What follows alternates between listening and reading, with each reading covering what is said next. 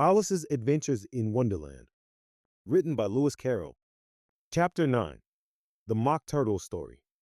"You can't think how glad I am to see you again, you dear old thing," said the Duchess, as she tucked her arm affectionately into Alice's, and they walked off together. Alice was very glad to find her in such a pleasant temper, and thought to herself that perhaps it was only the pepper that had made her so savage when they met in the kitchen. "When I'm a duchess," she said to herself, not in a very hopeful tone though, "I won't have any pepper in my kitchen at all. Soup does very well without, maybe it's always pepper that makes people hot-tempered," she went on, very much pleased at having found out a new kind of rule, "and vinegar that makes them sour, and chamomile that makes them bitter, and barley sugar, and such things that make children sweet-tempered. I only wish people knew that.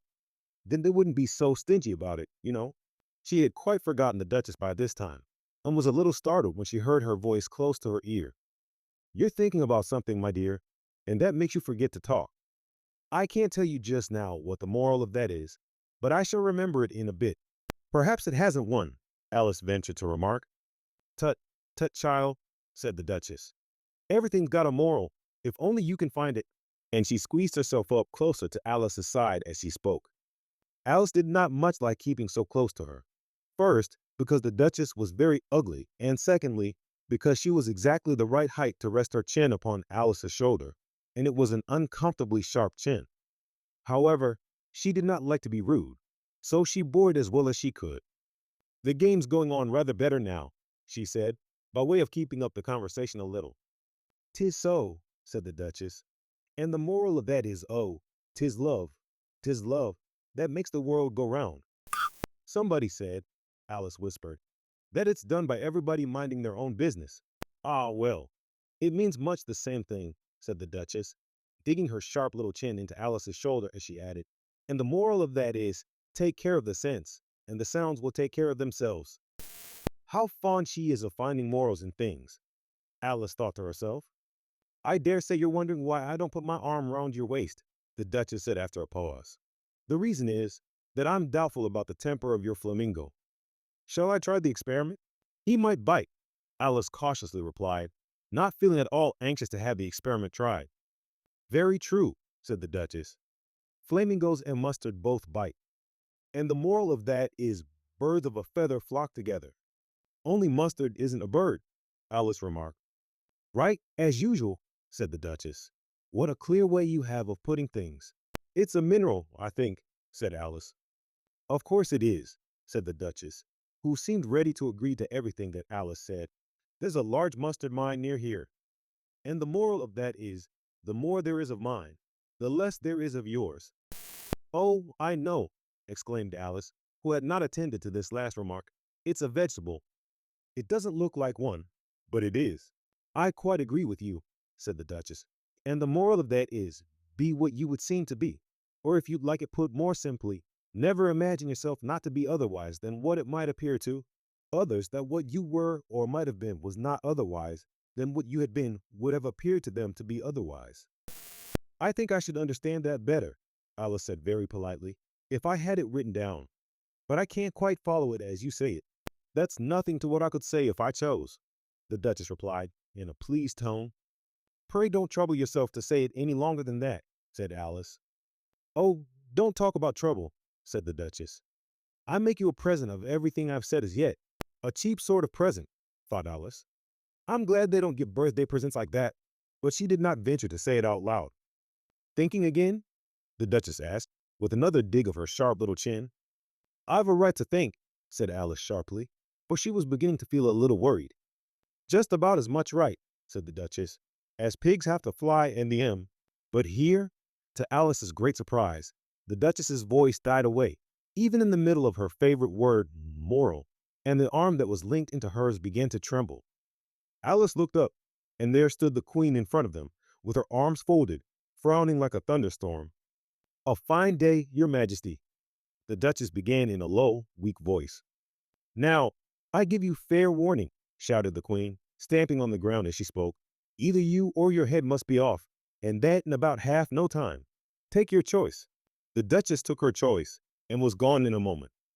"Let's go on with the game," the Queen said to Alice, and Alice was too much frightened to say a word, but slowly followed her back to the croquet ground. The other guests had taken advantage of the queen's absence and were resting in the shade. However, the moment they saw her, they hurried back to the game, the queen merely remarking that a moment's delay would cost them their lives. All the time they were playing, the queen never left off quarreling with the other players and shouting, "Off with his head," or "Off with her head." Those whom she sentenced were taken into custody by the soldiers, who of course had to leave off being archers to do this, so that by the end of half an hour or so, there were no archers left, and all the players, except the king, the queen, and Alice, were in custody and under sentence of execution. Then the queen left off, quite out of breath, and said to Alice, "Have you seen the mock turtle yet?" "No," said Alice. "I don't even know what a mock turtle is." "It's the thing mock turtle soup is made from," said the queen. "I never saw one or heard of one," said Alice. "Come on then," said the queen, "and he shall tell you his history." As they walked off together, Alice heard the king say in a low voice to the company generally, "You are all pardoned. Come, that's a good thing," she said to herself, for she had felt quite unhappy at the number of executions the queen had ordered. They very soon came upon a griffin, lying fast asleep in the sun. "If you don't know what a griffin is, look at the picture."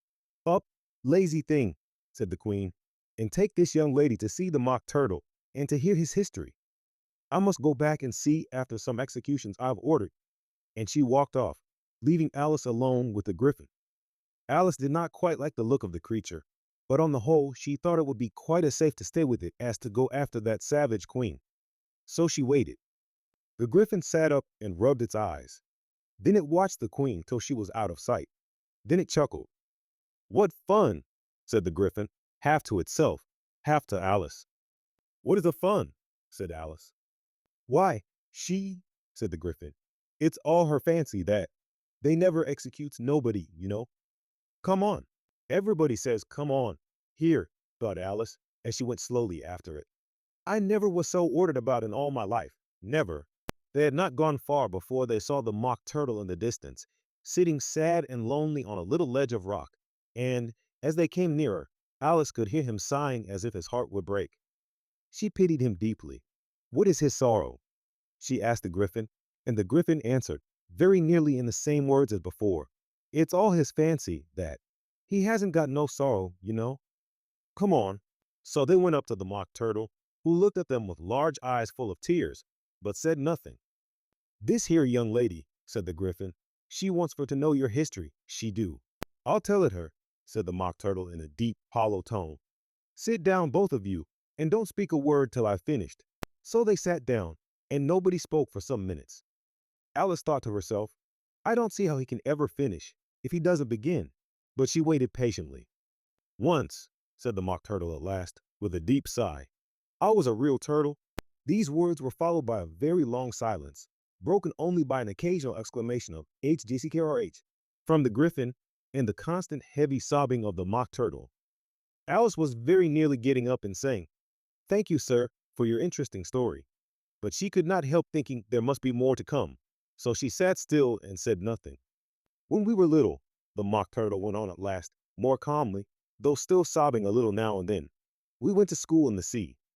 The master was an old turtle. We used to call him Tortoise." "Why did you call him Tortoise if it wasn't one?" Alice asked. "We called him Tortoise because he taught us," said the mock turtle angrily. "Really, you are very dull. You ought to be ashamed of yourself for asking such a simple question," added the griffin, and then they both sat silent and looked at poor Alice, who felt ready to sink into the earth. At last the griffin said to the mock turtle, "Drive on, old fellow. Don't be all day about it." And he went on in these words. "Yes, we went to school in the sea, though you may believe it." "I never said I didn't," interrupted Alice. "You did," said the mock turtle. "Hold your tongue," added the griffin, before Alice could speak again. The mock turtle went on. "We had the best of educations, in fact. We went to school every day." "I've been to a day school, too," said Alice. "You needn't be so proud as all that." "With extras?" asked the mock turtle a little anxiously. "Yes," said Alice. "We learned French and music." "And washing?" said the mock turtle. "Certainly not," said Alice indignantly. "Ah, then yours wasn't a really good school," said the mock turtle in a tone of great relief. Now at hours they had at the end of the bill: French, music, and washing extra. You couldn't have wanted it much, said Alice, living at the bottom of the sea. I couldn't afford to learn it, said the Mock Turtle with a sigh. I only took the regular course. What was that? Inquired Alice. Reeling and writhing, of course, to begin with, the Mock Turtle replied, and then the different branches of arithmetic, ambition, distraction, uglification, and derision. I never heard of uglification, Alice ventured to say. What is it? The Griffin lifted up both its paws in surprise. What? Never heard of uglifying? It exclaimed. You know what to beautify is, I suppose? Yes, said Alice doubtfully. It means to make anything prettier. Well, then, the Griffin went on, if you don't know what to uglify is, you are a simpleton. Alice did not feel encouraged to ask any more questions about it, so she turned to the Mock Turtle and said, what else had you to learn? Well, there was mystery, the Mock Turtle replied, counting off the subjects on his flappers. Mystery, ancient and modern, was seaography. Then drawling, the drawling master was an old conger eel that used to come once a week. He taught us drawling, stretching, and fainting in coils. What was that like? Said Alice. Well, I can't show it you myself, the Mock Turtle said. I'm too stiff. And the Griffin never learned it. Hadn't time, said the Griffin. I went to the classics master, though. He was an old crab, he was. I never went to him, the Mock Turtle said with a sigh. He taught laughing and grief. They used to say, so he did, said the Griffin, sighing in his turn, and both creatures hid their faces in their paws. And how many hours a day did you do lessons? Said Alice, in a hurry to change the subject. 10 hours the first day, said the Mock Turtle. 9 the next, and so on. What a curious plan, exclaimed Alice. That's the reason they're called lessons, the Griffin remarked, because they lesson from day to day. This was quite a new idea to Alice, and she thought it over a little before she made her next remark. Then the 11th day must have been a holiday? Of course it was, said the Mock Turtle. And how did you manage on the 12th? Alice went on eagerly. That's enough about lessons, the Griffin interrupted in a very decided tone. Tell her something about the games now.